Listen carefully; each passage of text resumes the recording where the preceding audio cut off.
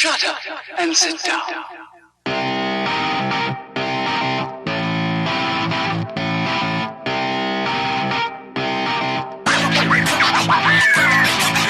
Hey, basketball. All right.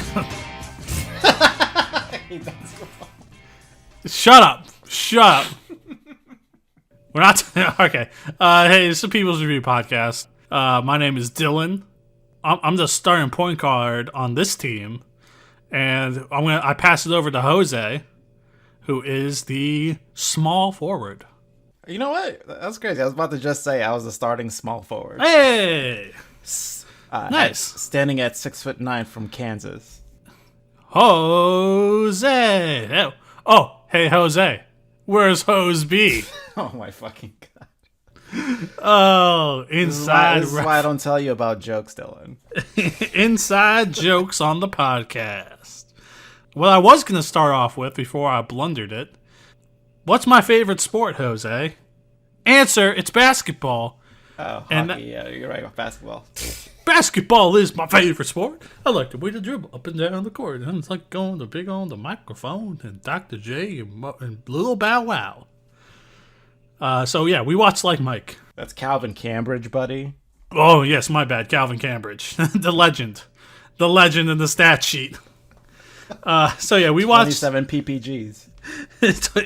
Yeah, can we get? I need some Calvin. Is that on Basketball Reference? Can I look up Calvin Cambridge's stats? I'm looking up Calvin Cambridge. College, none. Stats: 27 points per game, 0 rebounds, 9 assists.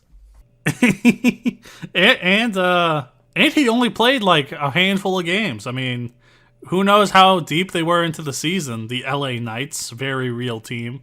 I like how in this universe the Clippers don't exist. It's just like in real life. Got him. All right, so before we get too deep into this, we watched Like Mike, which stars Lil Bow Wow at the time, a.k.a. Shad Moss, a.k.a. Bow Wow, along with Crispin Glover, Eugene Levy, Stephen Lipnicki. Yes, Brenda Song, and Jesse Plemons.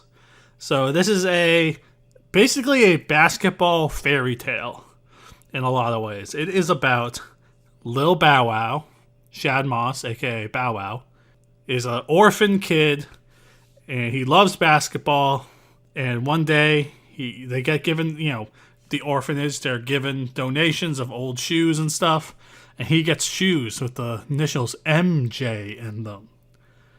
Ooh. Does it stand for Michael Jackson? Could stand for Michael Jackson. Could also stand for Mark Jackson, the point guard for the Pacers way back in the day. Pacers and Knicks. And Knicks. Oh, did he coach the Knicks too? Was that Mark Jackson? Yeah, maybe? Or it could be Magic Johnson. Ooh. The real MJ. Hey, I'm not gonna. In my top 3 players of all time, not personal favorite, this is different. What I think are the top 3 players, it's Jordan, Magic, and Bird. But so they're up there. So it could be Magic Johnson shoes. But the idea is that these are Michael Jordan shoes, and the bully Ox, played by Jesse Plemons, throws the shoes up into the power lines. Calvin needs these shoes if these are really Michael Jordan shoes, so he climbs the branch with his friends Murph and I forget Brenda Song's character's name. Pass. Google it. Hold on. Okay. I'll vamp. Calvin and his friends go try to get the shoes, and Calvin's climbing a tree, and as he grabs the shoes, a lightning bolt Reg. strikes. Her name is Reg. Reg? Like Reggie Miller? Like Reg Stevens. Reg Stevens. All right. So Murph, Reg, and Calvin Bow Wow, they go get the shoes, but Calvin's climbing the tree to get the shoes, so he gets struck by he and the shoes get struck by lightning, which give the shoes magical powers. In a Lil Bow Wow's own words, make me like Mike. And he becomes like Mike, hence the name of the film. And but yeah, no, this film is it has nostalgia value for me, and I assume for you too. Based on I saw it in 2000 in the theaters. I'm pretty sure. I was very much into basketball at this time, and so this was very much I wanted to see this film a lot. Yeah, I mean this movie was probably always on like Nickelodeon. This thing was like on constant replay, either Nickelodeon or like Disney. 'Cause it's so dang good. Well, not only is it good, it's also it has Bow Wow, so that's already another factor. Oh yeah, and not only was he a actor, but he was also a musician. Oh yes, a world acclaimed rapper, Lil Bow Wow. So he actually does a pretty good job in the film for a child actor. I feel like he conveys the role, does the serious and the funnier moments. Like it's a cheesy kids film, but I think his performance for the low standard of children in movies, like, does pretty all right. Yeah, but we are disappointed in like Mike because they had a scene with the Timberwolves, but Kevin Garnett wasn't in it. They could not get Kevin Garnett. We have the questions. They could not get Kevin Garnett for those shoots. Kevin Garnett was not available. So I wonder if want to get dunked on. I didn't look this up, but I don't know if this information exists or is available. But I wonder if those Timberwolves. So basically, just a little bit of context. So Calvin gets the shoes at a halftime show that he ends up going to a game after the coach sees him selling candy. Sorry, not cookie, candy bars. Feels bad, says, "I'll get you some tickets to see a game." He and all the orphan kids go see a game. He gets chosen to come to half court and face the star of the LA Knights, not the Clippers at all. This movie, the Clippers are gone. The Clippers are gone. The only team from LA that mattered was the Lakers, and that's the only team that showed up. Yeah, no, this is a pre-Blake Griffin. I mean, even Blake Griffin's not there anymore, but pre all that, pre-Lob City, Chris Paul, all that shit. The Clippers they just replaced with the LA Knights, and Lil Bow Wow has to go up against Tracy Reynolds, and if he can score 3 times in 60 seconds, then he gets a 1-day contract with the team. So with the shoes, Lil Bow Wow, first he gets a layup, which sure, like those type of halftime things, like an NBA player is maybe not going to try against a kid. Maybe you let him get a layup. So possible that he could sneak in this layup. Then Calvin shoots a 3. And it's like, sure, okay, maybe a kid could shoot an NBA 3. Maybe, right? It's unlikely, but in the realm of possibility. Shit, even at like 17, I had trouble shooting NBA threes. Yeah, but you're not Lil Bow Wow. You are true. You did not have the shoes, so you're probably playing in Vans or some shit. Like, you loser! What the fuck? Get out of here with you. What are you trying to skateboard? I think you have me with the wrong crowd. Are you trying to sell me weed, you skateboarder? Get out of here! This is a basketball court. Anyway, so Calvin shoots a 3, and then Tracy Reynolds takes off his warm-ups. He's like, all right, played by Morris Chestnut. He's like, all right, let's do this. And then what does Calvin do? Crosses it over, and then does a dunk, up off the backboard dunk to get the 3rd point. Crowd goes silent for like a minute or something. It is a really long bit of silence. Yeah, because it was fucking the CGI in that scene was fucking terrible. Yeah, so some of the special effects did not age well. Namely that dunk. Dude, that dunk looks so bad. I was like, oh my god, what the fuck is this? Like, oh no, oh no. I was like, damn, Daniel, what is this? Oh, nice reference to memes from 8 years ago. You're welcome, America. That's what you come here for. So, could you imagine? Okay, I just want real quick. Could you imagine this happening in real life? Like, all right, let's say the Clippers. Clippers. Yeah. So imagine if like Paul George of the Clippers is up against a little kid and gets a layup, a three, and a dunk got on him. I mean, first of all, he's laughed off. See, he's laughed out of the NBA. So much for playoff P. Can't even play in halftime. Where's halftime P? He only shows up in the playoffs. And there's no regular season P, so there's no halftime P. It's only playoff P. Was it they say on Inside the NBA for bad playoff teams? They're like 1, 2, 3, Cancun. that's playoff P right there. It's like, hey, Cancun, let's go. That's pretty much the other 14 NBA teams.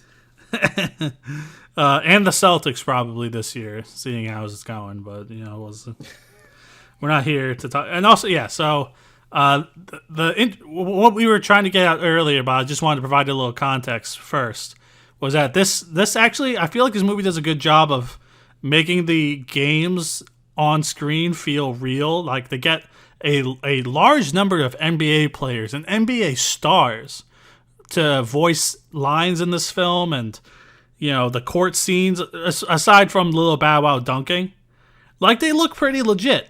And they have some like ESPN segments with Rich Eisen and Ahmad Rashad and some like big names like that. So I felt like that, it's because you can't do this film without that extra touch, right?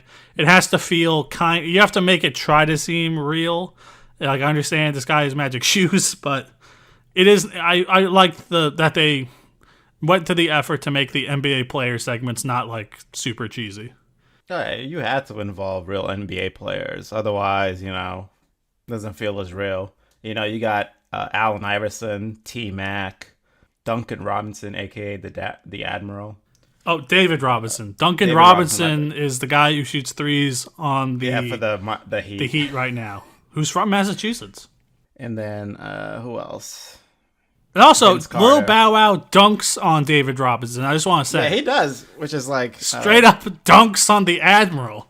That's why KG didn't want to do this movie. He's like, I'm gonna get fucking Lil Bow Wow dunk on me. I'm not gonna get dunked on. Fuck that's how shit. That's how you don't end up on the Hall of Fame. He is in the Hall of Fame. I know. I'm just kidding. Yeah, that's your mistake, KG. Oh, Chris Webber. Chris Webber was in it too. Okay, so I want to name some of the. Okay, so you've named some of the stars. I would like to go through this list real quick with you and see what you remember about these random early 2000s, late 90s basketball players. Oh my god. Michael Finley. Oh, I remember Mike Finley. He ended up on the Spurs after he went to the Mavs to the Spurs. You're probably right about that. I'm just looking at the list. Steve Francis. Oh yeah, the point guard for the Orlando Magic, I believe. And in this film, he's on the Rockets. So I think he was like a high draft pick for the Rockets, like in the late 90s after Hakeem won the couple championships. I think. What are you talking about? That's Kenny the Jet Smith. Oh yeah, that is Kenny the Jet Smith. I like how on Inside the NBA, there's a lot more like open making fun of Kenny for trying to be like, hey, I was the voice of that championship team. And Shaq and Charles Barkley are like, nope, stop it. You were a role player. You ain't the dream. Yeah, so he replaced the legendary Kenny the Jet Smith. Sam Cassell. Sam Cassell had more to do with that than Kenny the Jet. Yeah. Man, Sam Cassell should have been in this movie. Where's Sam Cassell at? Man. What do you know about Desmond Mason? Is that the guy who got... Is that the guy who got injured after a couple of years? And then he was out of the league for a while, but I might be wrong. Maybe. I think he was like an okay player, but never an all-star or anything like that. So, but I don't even remember seeing. Maybe they were in the dunk contest. There's like those few. There's like that little scene in the montage where Lil Bow Wow wins the dunk contest. Oh, I'm actually thinking about Darius Miles. Oh, gotcha. My bad. I could easily. I had to click on his Wikipedia page to find out who Desmond Mason was. So I don't know who the fuck Desmond Mason is. Oh, how about Alonzo Mourning? Oh yeah, wasn't he on the Heat? Oh yeah, and he does have a speaking line in the film. ship, I forget right? what he. Yes. Yes, like later. I think he finally won one with the Dwayne Wade Shaq. I thought he won. Oh no, I'm thinking of something else. Yeah, probably because the Heat. I think that was the Heat's first championship was Dwayne Wade. Yeah, D Wade and Shaq. Yeah, Dwayne Wade not in the NBA in this film. So just to give people some context as to no LeBron James. LeBron James is not in this film. No Melo, no Chris Bosh. When they were talking about the Raptors, I was like, oh, Chris Bosh. Wait, nope. Never mind. It is Vince Carter, who was on the outs at this point with the Raptors. So, and my personal favorite player, Vince Carter. So, shout out to Vince Carter. That guy.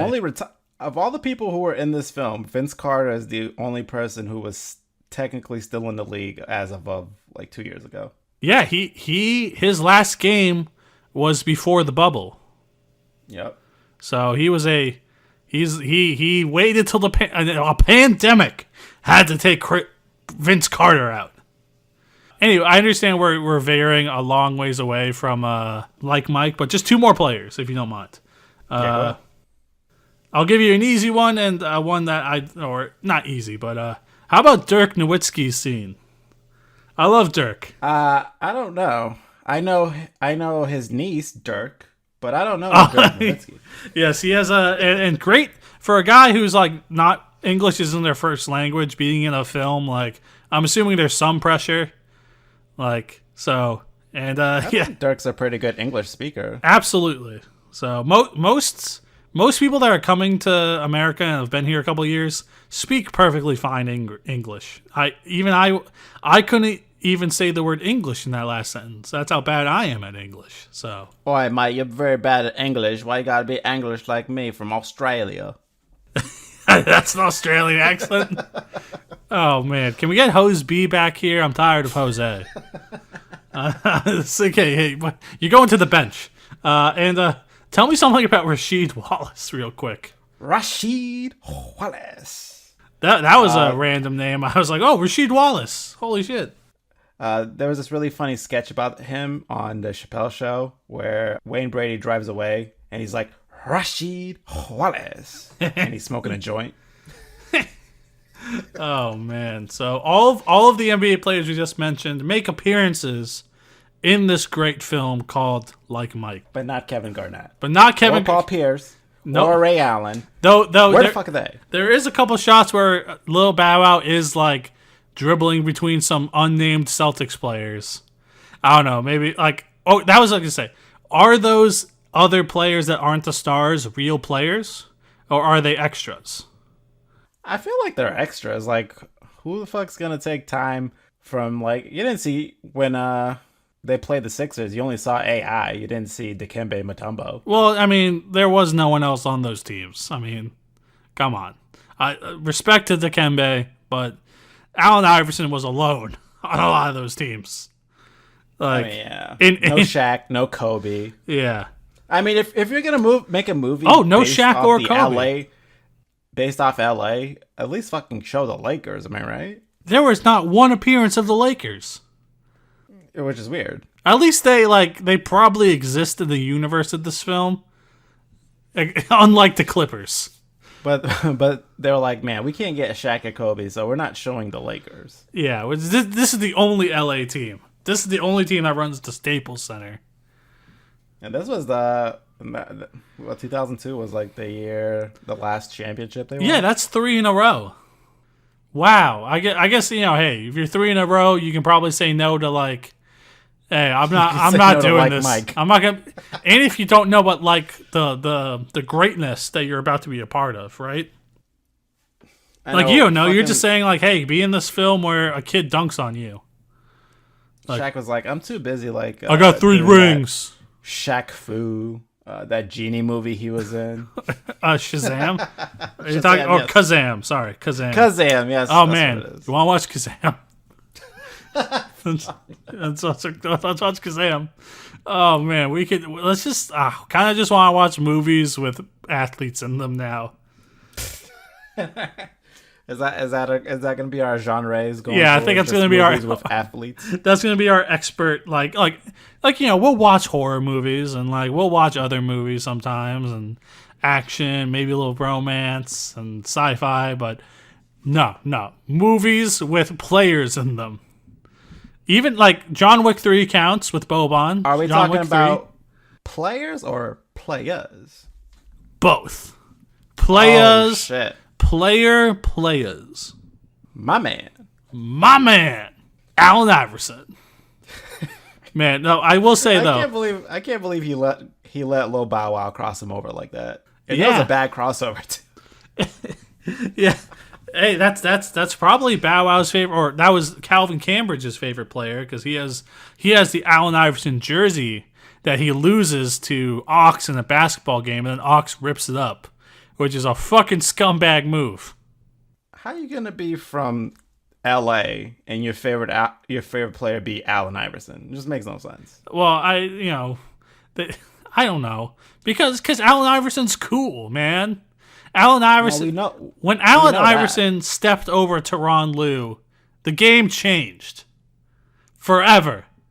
I'm just telling you. Tyronn Lue somehow became a head coach. He won a championship. But he won a championship. He got Doc fired. He won a championship by being LeBron's assistant coach. But the man that's assistant to the coach will forever be immortalized with AI stepping over him. And they won that game, and no one remembers that, like, or after that, like, they got swept. But no one forgets. Just forget about that. Listen, no one cares about how the game ended. It's about that one single moment, and that's why he's Calvin Cambridge's favorite player. That's all I'm saying. I mean, I lived in Massachusetts, and my favorite player for a while was Shaquille O'Neal. A Laker? Oh my fucking god! Traitor! That's him right there, officer. Hey man, this was like we just said, 3 back-to-back championships, man. Like, come on, you gotta like respect it. Yeah, but those what were the Celtics doing? Are canceled out as soon as you put out Kazam. That's not official. That's not. And what were the Celtics doing at the time? Oh, let's give it to Paul Pierce. The Celtics were so bad. To Paul Pierce to dribble it for 20 seconds, take a mid-range contested jumper and miss. Man, early 2000s basketball. You're talking about the Celtics that had Mark Blount, Antoine Walker. I mean, Gary Payton was a Celtic for a brief moment. Brief moment in time, that. And then he was like, "Man, this team sucks. I'm not gonna wait for KG and Ray Allen to get here to save this." I did like that one scene where Gary Payton showed up, and then he just like got all over. Oh yeah, hey, that's Calvin the glove Cambridge. for you. And then he got sent out. He got ejected. Yeah, hey, don't mess with Lil Bow Wow or Tracy Reynolds. So that's T-Top. Tea-time. So aside from reminiscing about early 2000s basketball, what did you actually think of this film? I thought it was funny. I really enjoyed like watching all these old players. Well, old now, but at the time very young. Like young Dirk. Dirk was like what, 24? Yeah, this movie's 19 years old. Yeah, it's gonna be 20 years old next year. Jesus Christ. This movie's older than me. Death is slowly approaching. It's not older than you. Hold on. I was born in 2009. You thought you were gonna let that slide? I'm only 12. Yeah. Hey, you gotta get the shoes then. I will admit, be like MJ. After watching this film, I did really want to throw sneakers up into power lines. Like I just had that. I was like, maybe I'll get Michael Jordan powers, and then my parents were like, "No, don't do that. What are you doing? You stupid kid. Take those shoes down." Yeah. And then someone, I guess someone else told me later that means like someone died there in like the streets. I can't. I've seen shoes up before, but I don't know if it meant. I don't know. We got to get them. We'll have to get an expert witness. I guess we'll have to. Okay, I'll throw a pair of your shoes up into the power lines. You ain't gonna kill me, Dylan. We'll wait for some lightning, and then I'll go grab them, and we'll see if I have Michael Jordan powers.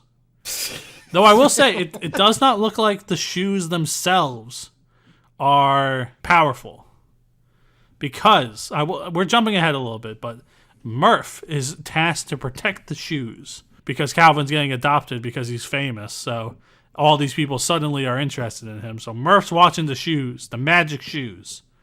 So Murph puts them on and has a little like fantasy sequence where he dunks with some other great special effects of Murph trying to dunk it. But he trips while like trying to dunk it on his toy basketball net. So I don't think Murph cannot access the power of the shoes. Well, that's because he's not the... It's like Cinderella, you know? It has to be the right fit. Calvin is the right fit.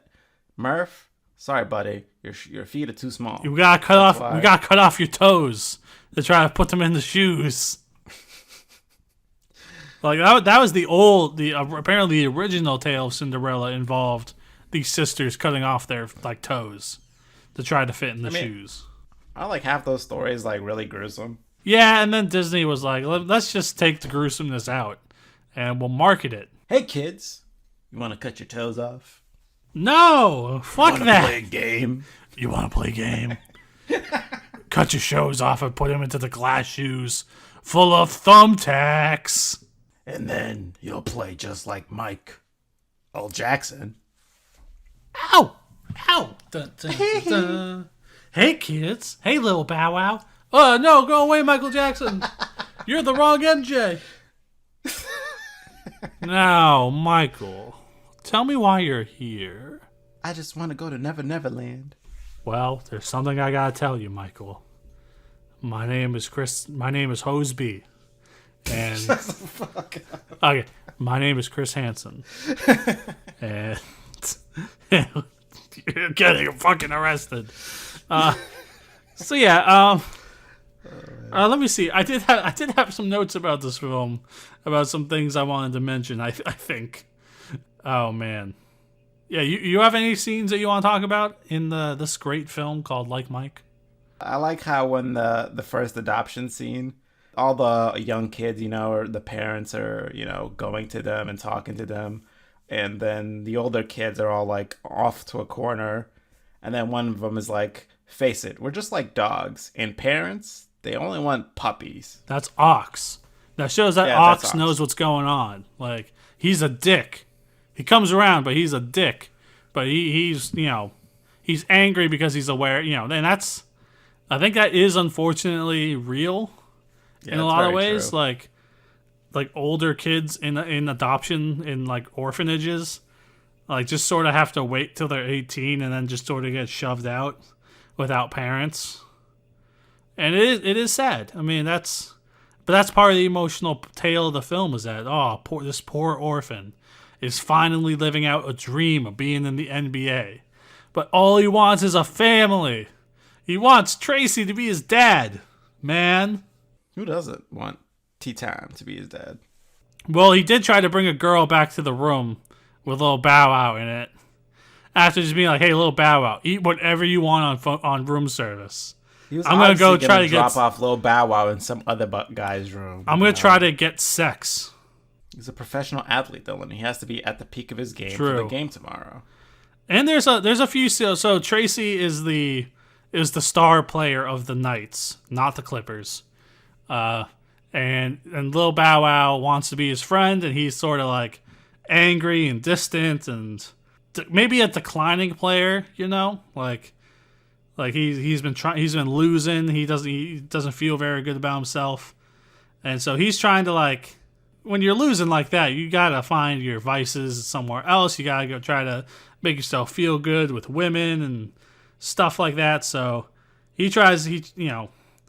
I like the conflict between him and Lil Bow Wow and the budding friendship and father-son relationship.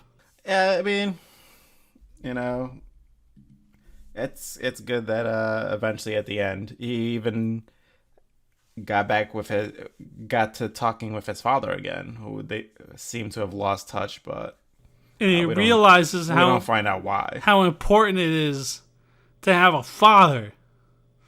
And he adopts him and Murph. Lil Murph gets adopted. Well, Murph only gets adopted because the 2-for-1 special. Oh, yeah, the 2-for-1 orphan special. No, but that's Lil Bow Wow looking out for his number one homie. Hey, I'm getting adopted, but I'm bringing my man with me. The guy who was here before I was an NBA star, because of some shoes. Listen, I'm not getting adopted until you adopt my friend, and that's that, buddy. That's that, Reynolds. There's some wild scenes in this where so Lil Bow Wow gets into his first NBA game but doesn't have his shoes on. So he takes a timeout and stops the whole game to go take a piss. So the whole NBA game is just stopped waiting for Calvin while he puts on his magic shoes. I was just like, that's why. I mean, I'm just imagining this all happening in real life. Like, what would ESPN be saying? Like, so Calvin Cambridge is taking a winkle before he gets back in the game. Or, like, the fans be like, what the fuck is this? If it was ESPN, first of all, they'd be starting up some crazy story called P-Gate. And then they'd be like, how much do you think Calvin Johnson is peeing right now? He must be peeing so much. He's only 10 years old, so his bladder can't be that big. But kids like that age drink a lot of soda, drink a lot of juice. And they can hold it, unlike myself. So he might have a lot of piss. Is ESPN going to start P-Gate? I'm just saying. They've started other gates. ESPN today would. ESPN back then had some class, so. Not on Rich Eisen's watch. That's all I'm saying. So Calvin has his breakout game where he dunks on the Admiral. I'm just saying, you're telling me this happened against the 2002 Spurs? This come from behind victory with a child? Where's Tim Duncan? Tim Duncan. That's a real question. Was not available. There's no Tim Duncan. I think T. Parker was drafted in 2000. Well, no one knew who he was. Maybe he was an extra in the background. Be like, hey, could I be in the movie? Wow, Dylan, that's a very bad French impression. Oh, je ne sais quoi. I don't know, whatever. But yeah, no, Tim Duncan was not available. Kevin Garnett, not available. Paul Pierce, busy with strippers, not available. Alleged stripper. Allegedly, yeah. Allegedly on Instagram in a really brightly lit room with no decorations. It's just... Your Honor, my client is slandering my other client. Unbelievable. Hey, Paul Pierce. I love Paul Pierce. No one loves Paul Pierce more than I do. Except for all those times where he missed before KG and Ray Allen got there. But... back to this film. Oh man, can we talk a little bit about Biddleman? The Crispin Glover orphanage head character who was just a scumbag. I mean, listen, let's be honest. This guy has children who are like ages like 8 to 14, walking outside, selling candy bars. And it's like... NBA games start at like 7:30, and they don't end until like 10:30, 11. So first of all, he has them way out past curfew. So why isn't Sister Teresa stopping that? She doesn't know about any of that. This is Crispin Glover's side gig. But she's at the orphanage too. I do like when they're trying to sell candy bars. I think Ox is like, "Hey, if you don't buy this, I don't eat." Just trying to guilt people, and there's like the well-off family and the daughters, and they're like, I want candy. And they're like, no, you don't want to buy candy from them. It's a scam. And that's when Lil Bow Wow starts to realize, like, oh, maybe this is a scam. But I can't do anything because I'm a kid. And that's a lot of, like, Lil Bow Wow, Calvin's growth in the film is he's a kid, but he's, like, sort of being put in these real-world situations, has to, like, grow up and mature. And sort of, but he realizes he doesn't have any power, really, to change what Biddleman is doing. He just sort of has to go with the flow because he's a child. No one's going to listen to him. So it's a struggle, man. When you're a kid and you know something is wrong and you want to right it and you just don't have the power. And then my guy, Reginald Van Johnson, comes and tries to adopt Calvin and bring him to his fancy Bel Air home. And he just straight up denies him to go live with some guy who's not even married. Unbelievable. Oh yeah, the Boyds in Bel Air with their fucking fancy dinner. Yeah, like he was supposed to be the Fresh Prince. The first prince? The Fresh Prince? The Fresh Prince. Like, hey, let's get this kid from the streets. Come in here. Hey, he's wearing an Iverson jersey. Hello. Philly. Hello. Hey. Dylan's connecting the dots. I'm picking up what you're putting down, Hoseby. You know what I'm saying? I'm reading you loud and clear. So, is Calvin originally from Philly? Just saying. I don't know. I mean, maybe, who knows, because he's an orphan. Who knows? We have no indication of who his parents are or who his parents were. Let's go to Ancestry.com and figure this out. Yeah, Calvin, send us some of your DNA. We need it, please.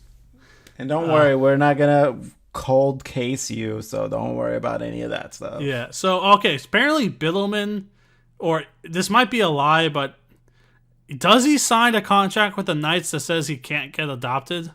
No, so that turned out to be fake. Because Calvin could still get adopted by a family. And the coach, I forget, the coach played by Robert Forster?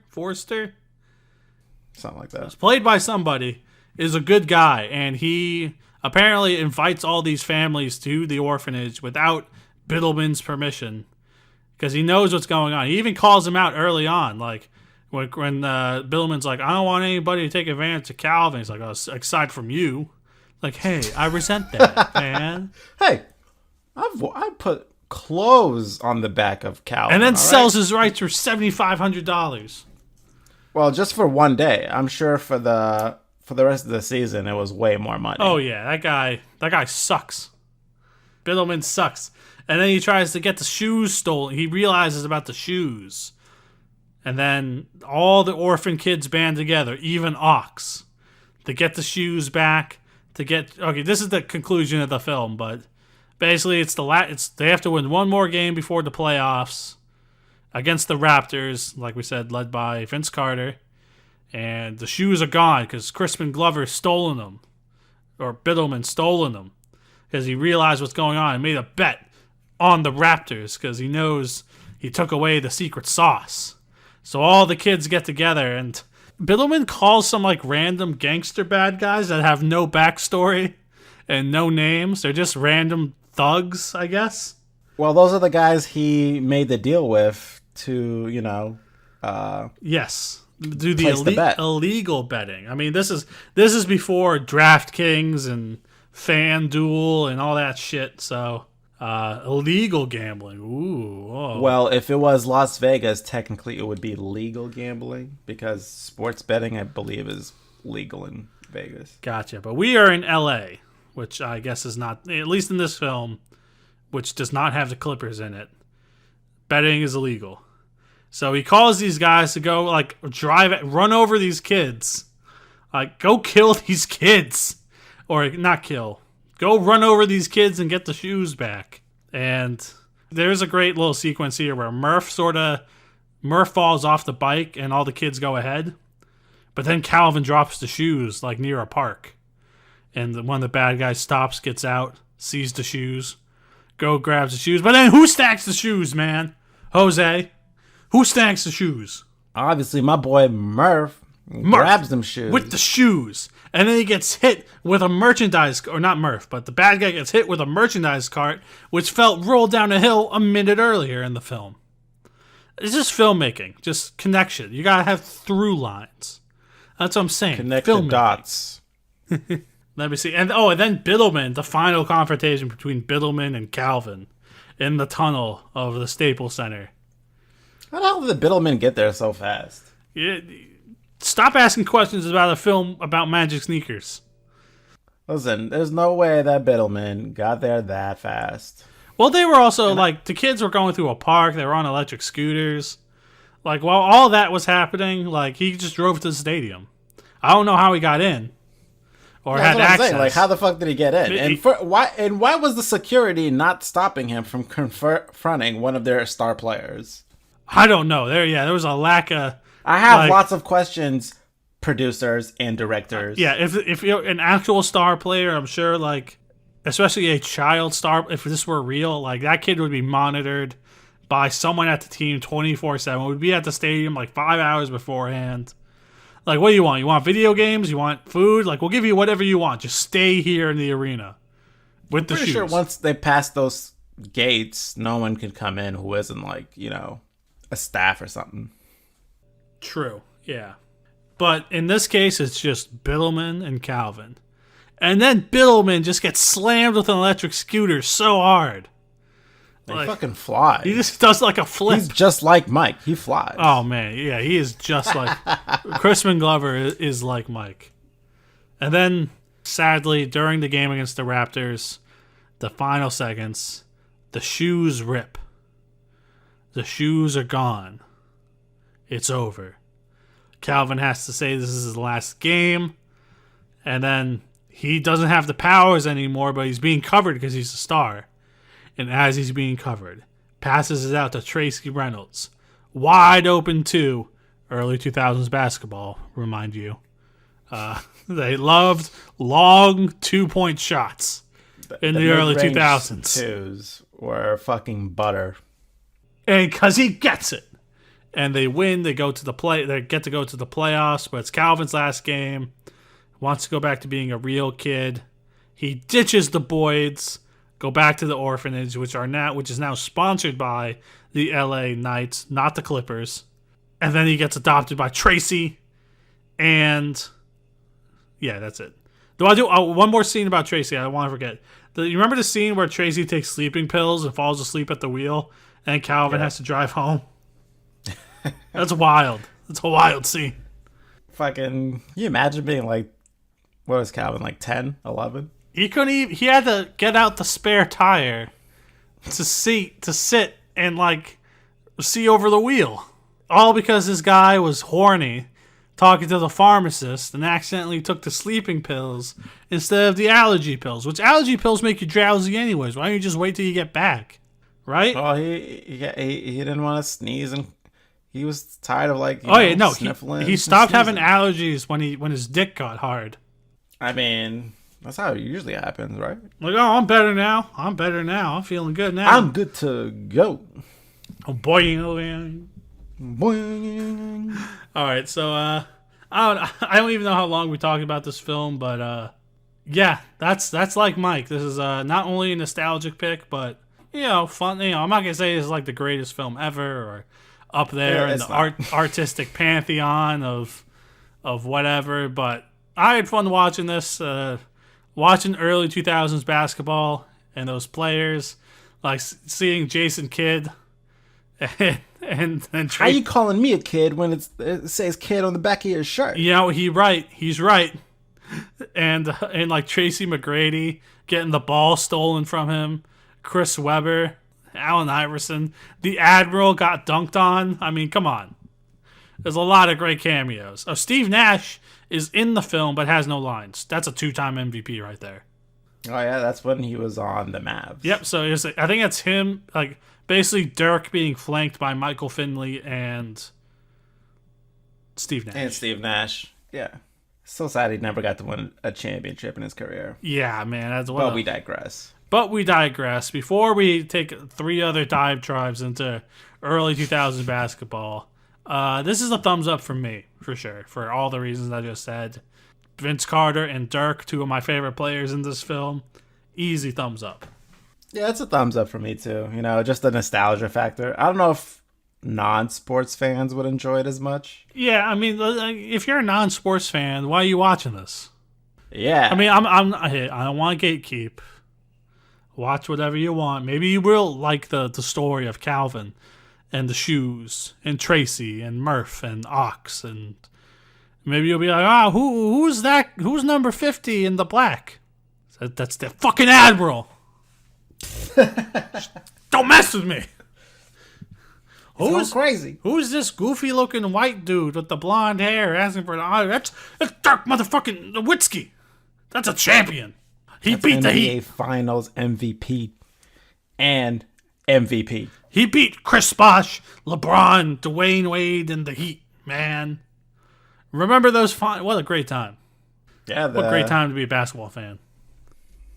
That 2011? Yes. Yep. That was J Kidd. Oh, Dirk. yeah, Jason Kidd was on. Jason Kidd, another guy who was in Like Mike. Hey, that's like Jason the Like the Mike Jet team. Terry. Oh, Jason the real Jet, not Kenny the Jet. That's just that no one. And don't forget the Matrix, Sean Marion. Oh yeah, Sean Mary. He should have been in this film. That's an early 2000s basketball player. Yeah, I think he was on. I feel like he was on the Rockets. Probably. That sounds about right. But just a great little film. Good for sports fans. Anyone can watch it. It's a good kids movie as well. Oh yeah, and has a number of songs by Lil Bow Wow, including a cover of Basketball, originally done by Curtis Blow, with new lyrics, referencing more. I guess I can't say more modern NBA games because this is a 20-year-old film, but you know what I mean. Yeah, there's no mention of Steph Curry. No Steph Curry. Steph Curry. No KD. No LeBron. They would have had to mention Del Curry at this point. And people will still be like, what? Oh, yeah, Del Curry. Though I will say, one of the songs on the soundtrack is called NBA 2K2. Which coincides with NBA 2K2, the basketball The video game. Yeah, I think this was a cross, they used the song for both. Cross-promotion? Yes. And now look at NBA 2K. It's all microtransactions. Thanks NBA 2K for destroying NBA Live and being just as bad as they were. Thanks NBA 2K. Like the Clippers in this movie, I wish you didn't exist. Got him. Jose. My man. Coming up, we're going to do things a little bit differently for a little bit. So next week is a big week because the GTA aka Grand Theft Auto Trilogy Remaster is coming out. This is Grand Theft Auto 3, Grand Theft Auto Vice City, and Grand Theft Auto San Andreas. And me and Jose love these games. Like, this is our childhood you're talking about. This is the other times that we don't talk about on here. We're pretty much talking about Grand Theft Auto San Andreas most of the time. Or Vice City. Not 3, but, I like 3. But 3 is good for what it is. But it's the beginning. Yeah, but compared to Vice City and all that stuff, yeah, no. So here's what we're going to do. We're gonna take a couple weeks off, or a few weeks off, because we got Thanksgiving coming up, so we wouldn't be here for Thanksgiving. So GTA release date, that's like 2 weeks off because mandatory. Exactly. So and Veterans Day, of course, and I think I get the day off from work that day conveniently. So next week that comes out, so we're gonna play that game, and we're gonna plan to come back on the 30th of November to do a big old podcast where we talk about the Grand Theft Auto trilogy and all that stuff. We're going to come back in about a month to talk about the GTA trilogy. Gives us enough time to play it. We're going to take a little podcast break. And we're going to come back, talk about these games, take a little break from movies. And on the high note of Lil Bow Wow's, like Mike, I don't know if we will watch any better films coming up. So we gotta get some distance from this film. The greatness is just so high that the only thing that could even surmount to it is the GTA trilogy. Yeah, or Knucklehead starring The Big Show, but Jose didn't want to watch Knucklehead, so we're gonna play the GTA 3 trilogy, or the trilogy, and we're gonna talk about it in about a month. So we'll be back in about a month to talk about these video games, take a little podcast mental break, Thanksgiving and all that shit, the holidays, other excuses in there, but we're going to be mainly playing Grand Theft Auto. So yeah, we're definitely going to enjoy our, you're talking about a video game that came out 20 years ago now. Yeah. You know, this is a video game that everyone I knew that went to school played this video game. Oh yeah, especially GTA 3, Vice City, and San Andreas. Especially That's all San we talked Andreas. about those 5 years. Like, think about how big San Andreas is. Like, there's a jetpack in that game. There's 3 cities. There's forest. There's desert. There's all sorts of guns, planes, cars, things to do, mini games, side games, missions. There's all this stuff. That game is fucking huge. There's no 3 games. Listen, GTA the trilogy is the perfect trilogy. You have GTA 3, which is a good game. GTA Vice City improves on the first game and is way better. So right there, already good. And unlike most trilogies where they fail on the third one surpasses the second one and fucking shoots to the moon. Oh yeah. I mean, that's a consistent improvement. Yeah, man, I'm so looking forward, especially after seeing the screenshots. Like, I told you this when the first announcement came out. I'm very skeptical in regards to remakes and remasters, because there are some that are really good and some that are just it's in 1080p now, and that's 4K, it. No improvements, 4K no up nothing. to 60 FPS. And with improved lighting, they're gonna have fingers now, and they kept all the things that were good, which is the voice acting, the story. And they're improving the things that, you know, more modern controls, better lighting, better effects, graphics. But still, it basically looks like you remember, but better, as far as the screenshots go and the trailer. Let's be honest. When it comes to game reviews, we only do remastered trilogies. We only review the good games, because it takes way too long Mass to play the Effect. bad games. That's so true. Yeah. It takes long to... I just started playing Dragon Quest. Oh, it's like... Dragon Quest is good, though. Yeah, I know, but I'm just saying, like, it's just... You know, you have to really get into, like, an RPG game. As someone who just sunk, like, 12 hours into Final Fantasy VII Remake recently, I understand. But, Dylan, where can these fine people find us at? There. That's where they can find me. Get fucked.